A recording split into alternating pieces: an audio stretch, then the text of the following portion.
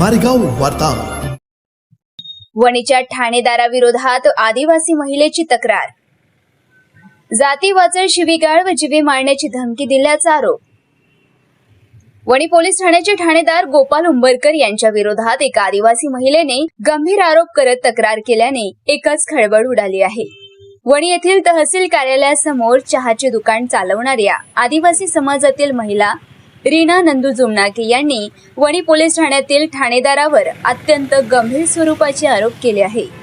जातीवाचक शिवीगाळ, अपमानास्पद वागणूक तसेच चहाचे दुकान फेकून देण्याची व जीवे मारण्याची धमकी दिल्याचा आरोप करत त्यांनी थेट महाराष्ट्र राज्याचे आदिवासी विकास मंत्री माननीय अशोक उईके यांच्याकडे लेखी तक्रार दाखल केली आहे।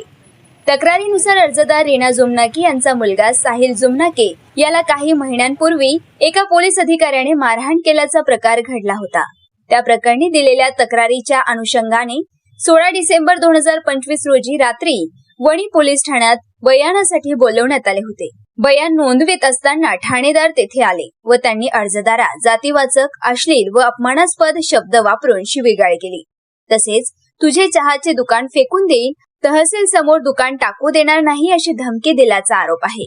या घटनेमुळे स्वतःसह मुलाचा शारीरिक व मानसिक छळ झाल्याचे नमूद करत सार्वजनिक ठिकाणी अपमान केल्याने आणि जीवे मारण्याची धमकी दिल्याने संबंधित ठाणेदाराविरोधात अनुसूचित जाती व अनुसूचित जमाती अधिनियम 1989 तसेच भारतीय न्याय संहिता अंतर्गत गुन्हा दाखल करण्याची मागणी करण्यात आली आहे।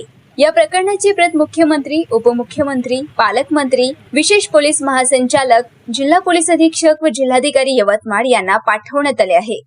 प्रकरण उघडकीस आल्यानंतर वणी शहरात खळबळ उडाली असून संबंधित प्रकरणात वरिष्ठ पातळीवरून तातडीची चौकशी व कारवाई होणार का याकडे सर्वांचे लक्ष लागले आहे। तक्रार खोटी असल्याचा ठाणेदाराचा दावा।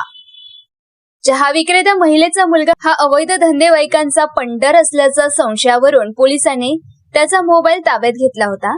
तक्रारदार महिलेला कुठल्याही प्रकारच्या अर्वाच्य भाषा किंवा जातीवाचक शब्द बोलले नाही। मुलाच्या बचावासाठी सदर महिलेने माझ्या विरुद्ध खोटी तक्रार केली आहे, असे मत गोपाल उंबरकर ठाणेदार पोलीस स्टेशन वणी यांनी व्यक्त केले आहे। बोलावलं होतं संध्याकाळी 7 वाजता श्याम राठोडनं, तर मी गेली होती बयानसाठी। तर मला म्हणे बस रीनाबाई, तर म्हणे तुम्ही बसली, त्यांनी टायपिंग करायला लागले। तर मग तिथं आला गोपाल उंबरकर आणि तो मला डायरेक्टच म्हणायला लागला का हिच्यावर 110 कर, साधी मागत चोर या भाषेमध्ये मला शिवीगाळी इंग्लिशमध्ये बोलायला लागला। तर मला माझी भीती वाढून गेली, मी रागात निघून आली। तर माझ्या मागं श्याम राठोड मागे धावला।